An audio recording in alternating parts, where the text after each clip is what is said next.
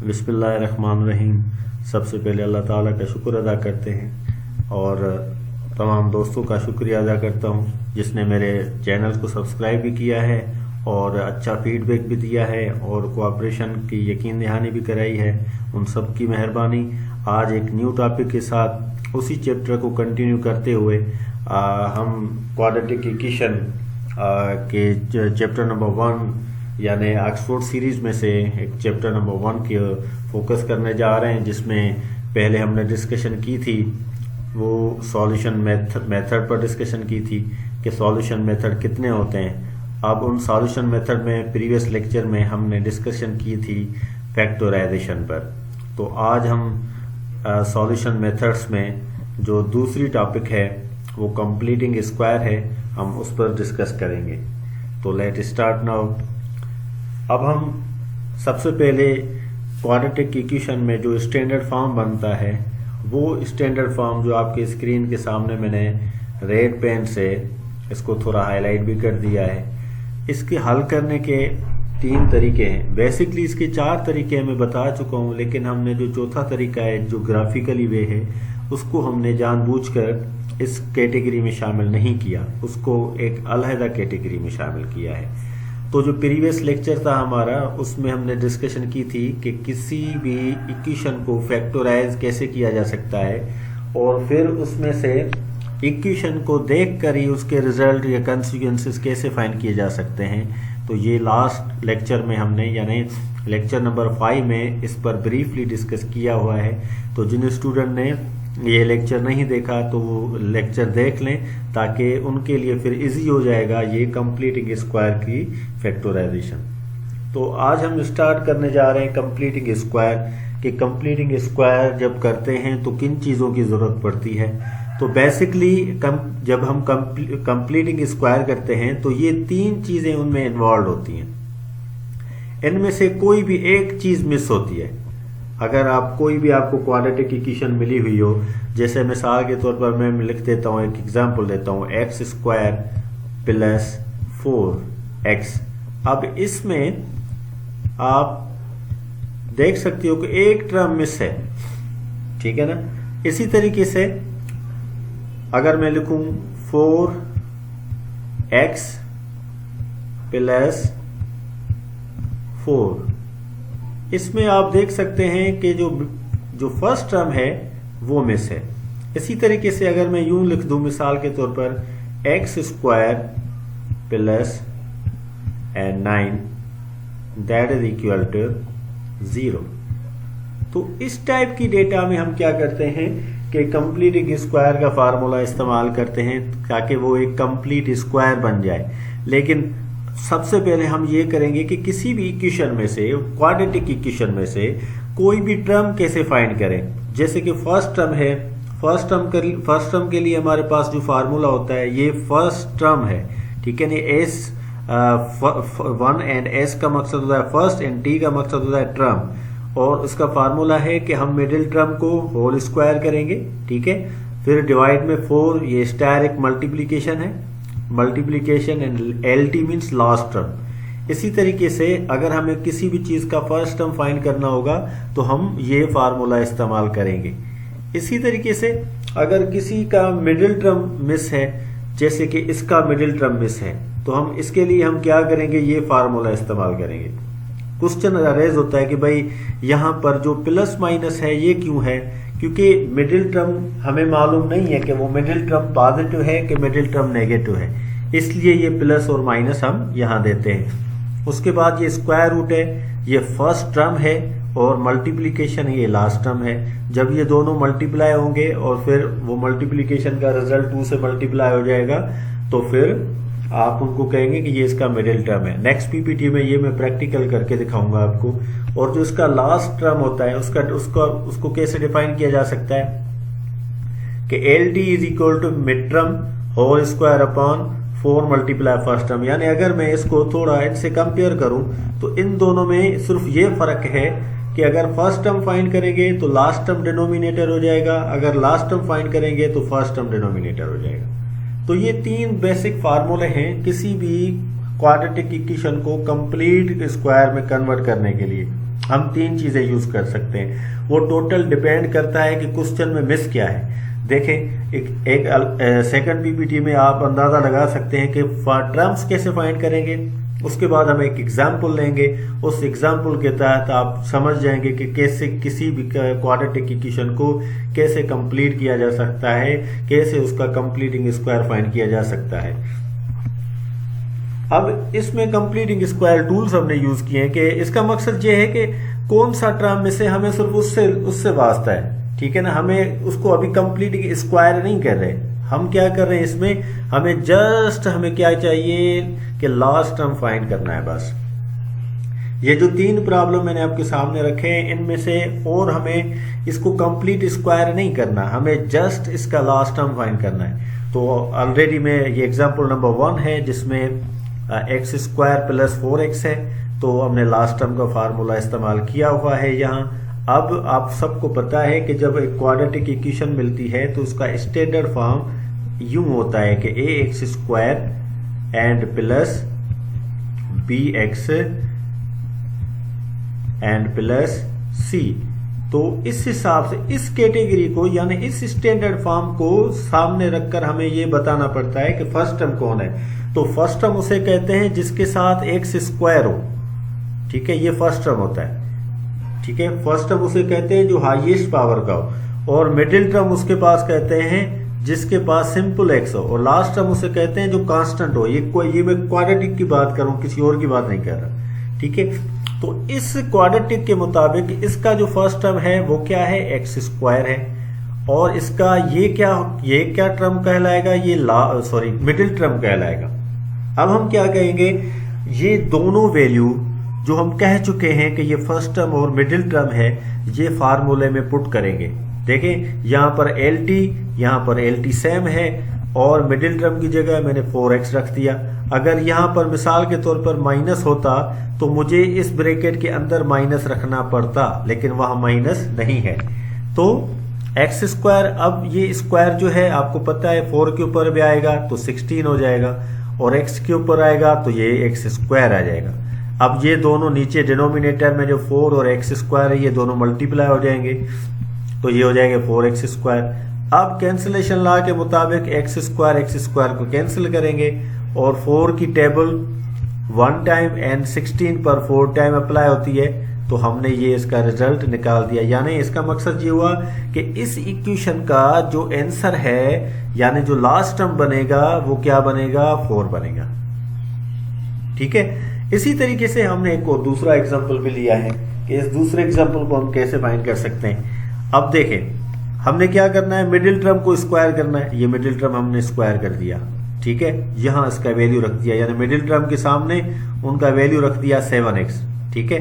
उसके बाद 4 सेम है, स्टार एक यानी मल्टीप्लीकेशन सेम है। फर्स्ट टर्म हमारे पास x स्क्वायर है, तो x स्क्वायर रख दिया।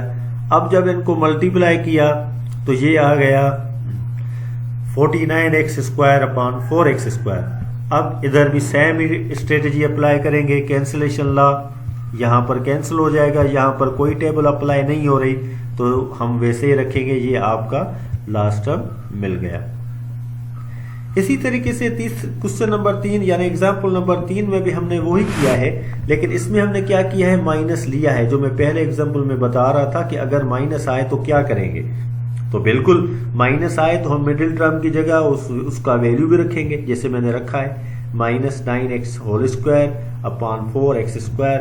अब इसको स्क्वायर किया तो 81x स्क्वायर आया, कैंसिलेशन लॉ इस्तेमाल करते हुए ये कैंसिल हो गया, बाकी 81 अपॉन 4 आंसर आ गया, ठीक है। अब ये मेथोडोलॉजी जो है ये अकॉर्डिंग टू फार्मूला है, लेकिन एक और तरीका भी है इसको फाइंड करने का, शॉर्टकट मेथड जिसको हम कहते हैं। अब उसको कैसे कहते हैं, मिसाल के तौर पर आप क्या करेंगे, जो मिडिल टर्म है, मैं शॉर्टकट की बात कर रहा हूं। अब तो मैं शॉर्टकट की जब बात करूंगा तो मैं इसको नीचे लिख देता हूं शॉर्टकट, ठीक है, ताकि स्टूडेंट अगर कोई ये एमसीक्यूज टाइप का आ जाता है तो उस हिसाब से कैसे कर सकते हैं। अब ये सेम रिजल्ट आएगा शॉर्टकट में, जो हमने इतना प्रोसेस किया हुआ है इसका ये सेम आंसर आएंगे।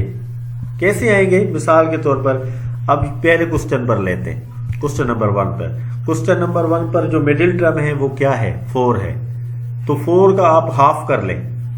4 का क्या करेंगे, हाफ करेंगे, यानी हाफ,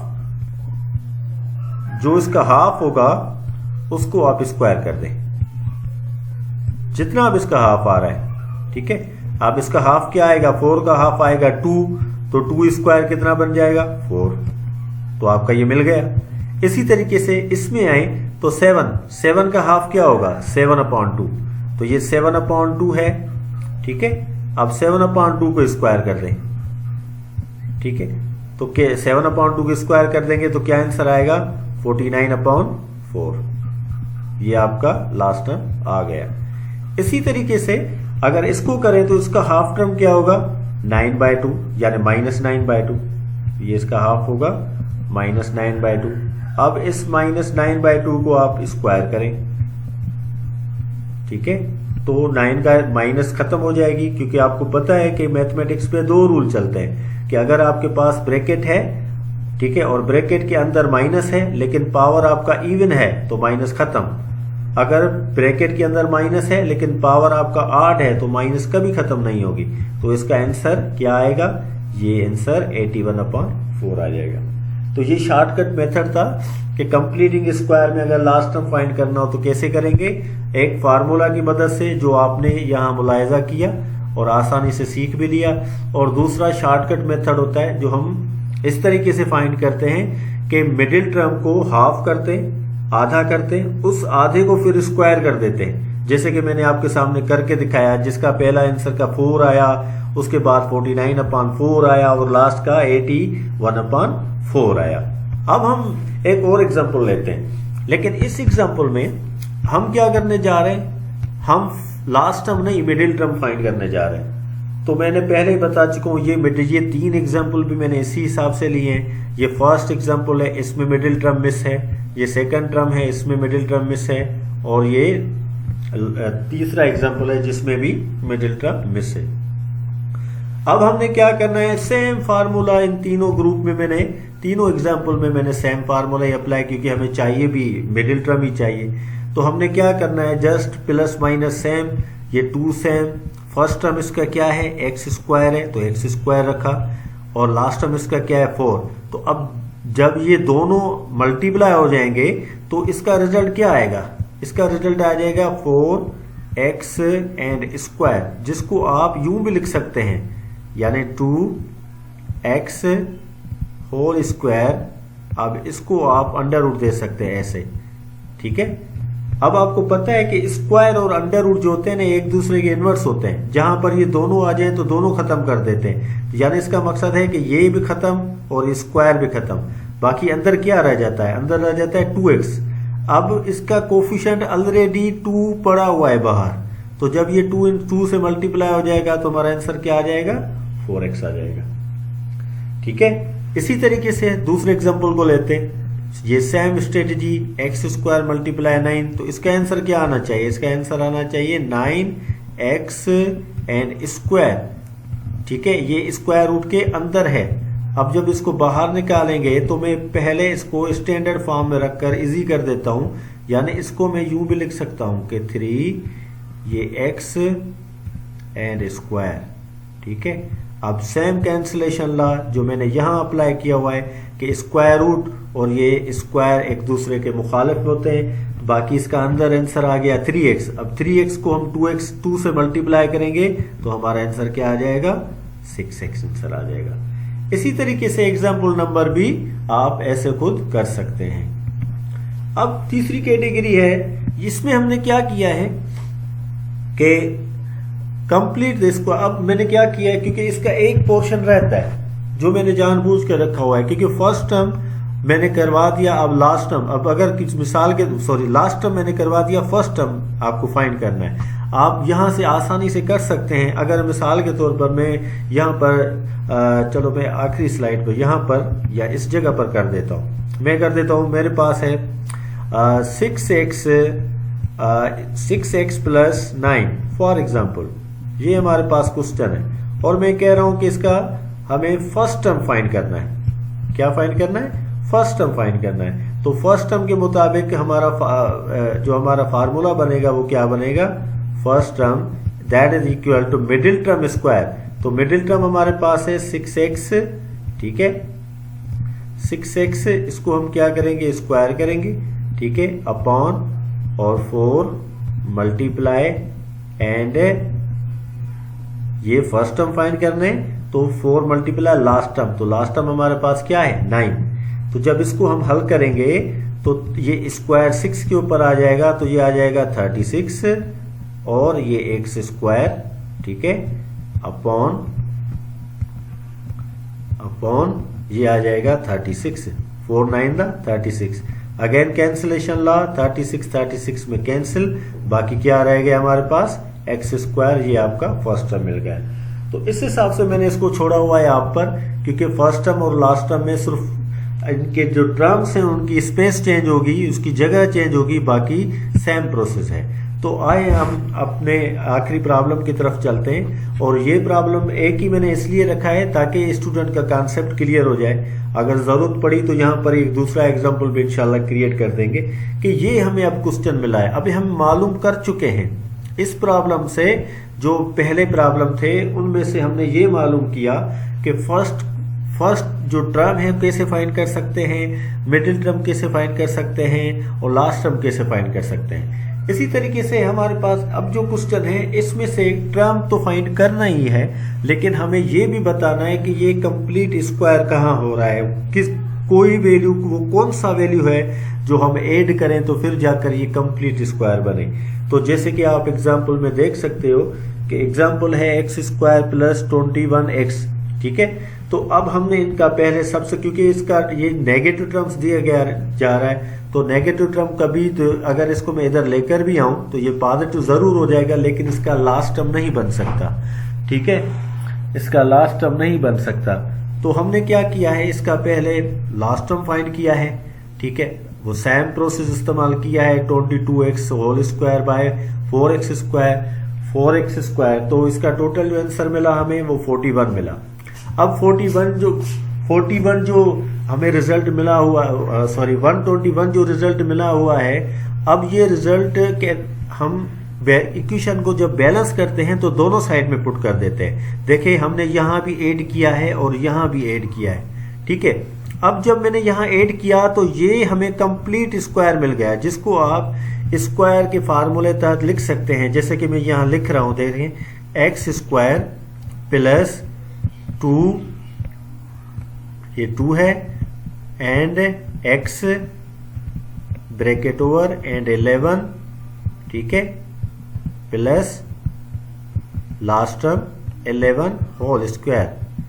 तो इसको मैं लिख सकता हूं, जब मैं इसको यूं लिख सकता हूं तो ऑब्वियसली मैं इसको यूं भी लिख सकता हूं, x प्लस 11 होल स्क्वायर, ठीक है, जो मैंने यहां पर लिख दिया है, ठीक है।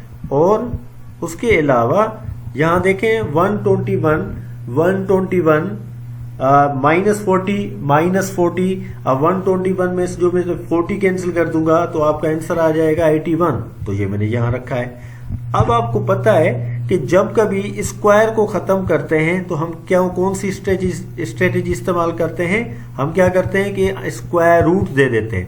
अगर मैं इनके ऊपर यहाँ स्क्वायर रूट दे दूं, यहाँ भी और 81 के ऊपर भी, तो आपको पता है स्क्वायर और अंडर रूट दोनों मुखालिफ हैं, तो ये कट जाएंगे, और इधर 81 जो होगा उसका रिजल्ट क्या मिल जाएगा, 9, उसका रिजल्ट क्या मिलेगा हमारे पास, क्या मिलेगा 9, ऐसे ही मिलेगा भाई, क्योंकि x plus 11 whole square is equal to 81, दोनों के ऊपर जब हमने स्क्वायर रूट दिया तो स्क्वायर रूट जब खत्म करेंगे तो दोनों के ऊपर यहाँ पर आ जाएगा 9, ठीक है। और ये मैंने रिजल्ट जो रखा हुआ है ये सही नहीं है, ठीक है।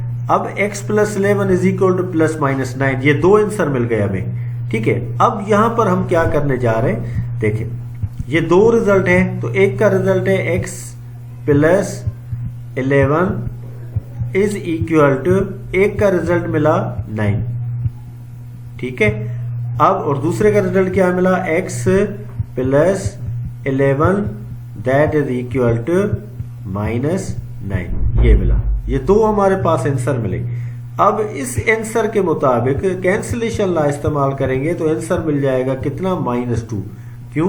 क्योंकि 11 को हम अगर राइट हैंड साइड की तरफ लेकर जाएंगे तो -11 हो जाएंगे। अब -11 में से प्लस का 9 कैंसिल, तो -2 आंसर आ जाएगा। इसी तरीके से यहां पर जो x का वैल्यू आएगा वो कितना होगा, -9 -11, तो -20 आंसर आ जाएगा। ठीक है, अब ये हमें 2 आंसर मिले। ठीक है, जिसको हम कह सकते हैं कि ये 2 वैल्यू कहां से आए, ये आए कंप्लीटिंग स्क्वायर से। यानी हम जब कंप्लीट स्क्वायर करेंगे तो ये 2 वैल्यू हमारे पास मिल सकते हैं। इसी तरीके से एक एग्जांपल और कर देते हैं कि मिसाल के तौर पर हमारे पास है x² plus 6x and plus 16 for example. ये हमने एग्जाम्पल दे दिया। ठीक है, अब आपको कंफर्म मालूम है कि 16 इसका लास्ट टर्म नहीं है। ठीक है, तो हम क्या करेंगे, सबसे पहले तो इसको कंप्लीट करेंगे। तो इसको कंप्लीट कैसे करेंगे, देखिए मैं शॉर्टकट मेथड इस्तेमाल कर रहा हूं। प्लस ये 6x एंड प्लस, अब 6 को मैंने हाफ किया तो 3 आया, 3 को स्क्वायर कर दिया तो 9 आ गया। ठीक है, अब 9 अपनी मर्जी से लिख नहीं सकता, तो इक्वेशन को बैलेंस करने के लिए मुझे यहां पे रखना पड़ेगा। तो 16 प्लस 9। ठीक है, अब ये तो बन गया कंप्लीट स्क्वायर, जिसको मैं यूं लिख सकता हूं कि ये x प्लस ये 3 होल स्क्वायर। ठीक है, दैट इज इक्वल टू 25। ठीक है, अब ये 25 यहां पर रिजल्ट आ गया। अब स्क्वायर को खत्म करने के लिए हम क्या करते हैं, दोबारा स्क्वायर रूट देते हैं। हमने स्क्वायर रूट दे दिया दोनों साइडों में, इधर भी देंगे और इधर भी देंगे। तो ये स्क्वायर और स्क्वायर रूट और स्क्वायर एक दूसरे के खिलाफ होते हैं, तो हम क्या करेंगे, इनको खत्म करने के लिए हम क्या कर रहे हैं, देखिए ये खत्म कर रहे हैं यहाँ पर। ठीक है, जब खत्म कर दिया तो इसका आंसर आया x plus 3 that is equal to कितना आएगा, +-5। तो प्लस माइनस जब 5 आया तो इसका आंसर, इसका मकसद है ये 2 आंसर आए। ठीक है, एक का आंसर आएगा x plus 3 that is equal to 5।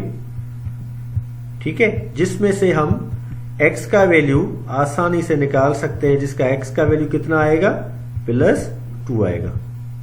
और दूसरा जो हमारा आंसर बन रहा था वो था x plus 3 that is equal to -5। ठीक है, अब -5, अब x इज इक्वल टू, ये -3 उधर जाएंगे तो वो भी -5 है तो -8 बन जाएंगे। ठीक है, तो ये इसको हम कहते हैं कंप्लीटिंग स्क्वायर। कभी कभार ऐसा होता है कि यहाँ पर 25 की जगह या मैंने 9 रखा है, 9 की जगह कुछ ऐसे वैल्यू आ जाते हैं जो जिसका स्क्वायर रूट नहीं निकलता। जैसे कि मिसाल के तौर पर यहाँ पर 24 आ जाता तो फिर क्या होता, फिर हम क्या करेंगे, उनको डेसिमल में लेकर जाते। ठीक है, फिर उनके रिजल्ट पॉइंट के बाद 3 पॉइंट के बाद उनको छोड़ देते। तो ये आज का हमारा लेक्चर था कंप्लीटिंग स्क्वायर। उम्मीद है आपको हमारा लेक्चर अच्छा लगा होगा। अपने फीडबैक से हमें इतला करें, हमें गाइड करें। आपकी बड़ी मेहरबानी, शुक्रिया।